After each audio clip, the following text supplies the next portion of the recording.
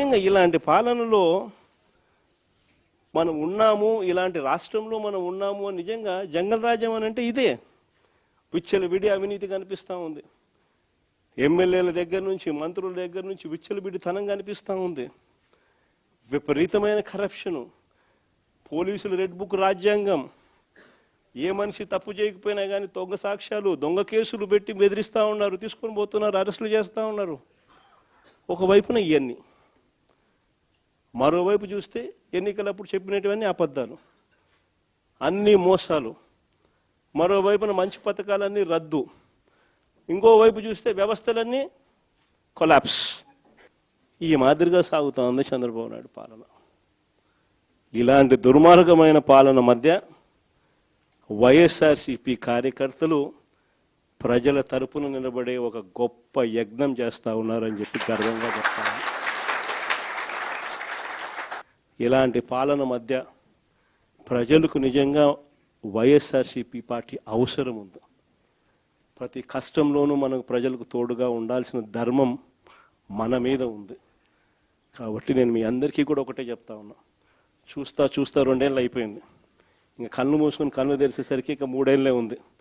ఈ 3 ఏళ్లలో కూడా ఇంకొక 1.5 సంవత్సరం గడిస్తే ఆ తర్వాత నా పాదయాత్ర కూడా స్టార్ట్ అవుతుంది.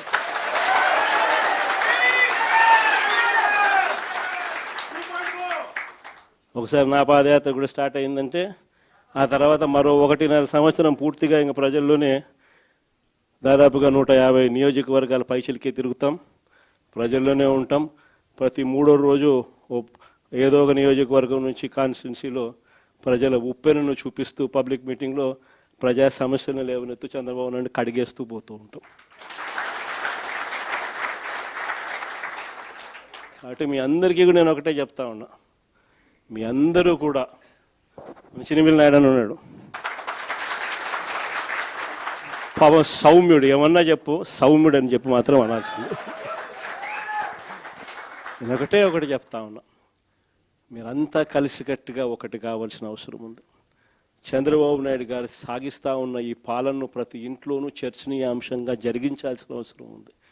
ఈ పాలన ఎంత అన్యాయంగా ఉంది అనేది ప్రతి ఇంట్లో చర్చ జరగాలి. మన ప్రభుత్వ పాలనకు ఈ ప్రభుత్వానికి మధ్య తేడా ఎంతుంది అన్నది ప్రతి ఇంట్లో కూడా చర్చనీయాంశంగా మార్చాలి. అలా మారుస్తూ మనం ప్రతి గ్రామంలోనూ మన అనుబంధ విభాగాలు ఏదైతే మనం వేసుకుంటూ పోతున్నామో వాటి మీద పూర్తి ధ్యాస పెట్టండి. అనుబంధ విభాగాలు అన్నది మన క్యాడర్ ఏదైతే ఉందో వాటిని అన్నిటినీ స్ట్రీమ్లైన్ చేయాలి. వాటన్నిటినీ కూడా ఒక ఆర్గనైజ్డ్ సెక్టర్ కింద తీసుకొని రావాలి. తీసుకొని వచ్చి ప్రతి ఇంట్లోనూ ఈ చర్చనీయాంశం అయ్యేట్టుగా ఈ కార్యక్రమాలన్నీ చేస్తూ చంద్రబాబు నాయుడు గారు చేస్తూ ఉన్న అన్యాయాలకు ప్రజలకు తోడుగా నిలబడే కార్యక్రమం మనం చేయాల్సింది. ఇది మనం చేద్దాం. నేను మీకు హామీ ఇస్తా ఉన్నా, జగన్ 2.0లో మాత్రం ఖచ్చితంగా మీ అందరికీ నేను హామీ ఇస్తా ఉన్నా, కార్యకర్తలదే ప్రథమ స్థానం అవుతుంది.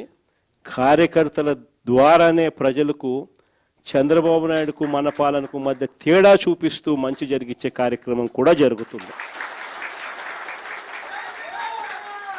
మంచి చేయాలి అని చెప్పి ఒక నాయకుడిగా తపన ఉన్నప్పుడు పాలన ఎలా ఉంటుంది అన్నదానికి నిదర్శనం మన పాలన అయితే, పాలకుడు అనేవాడు అధ్వానంగా ఉంటే చెయ్యాలనే చిత్తశుద్ధి లేకపోతే పాలన ఎలా ఉంటుంది అన్నదానికి చంద్రబాబు నాయుడు గారి పాలన అద్దం పడుతుంది.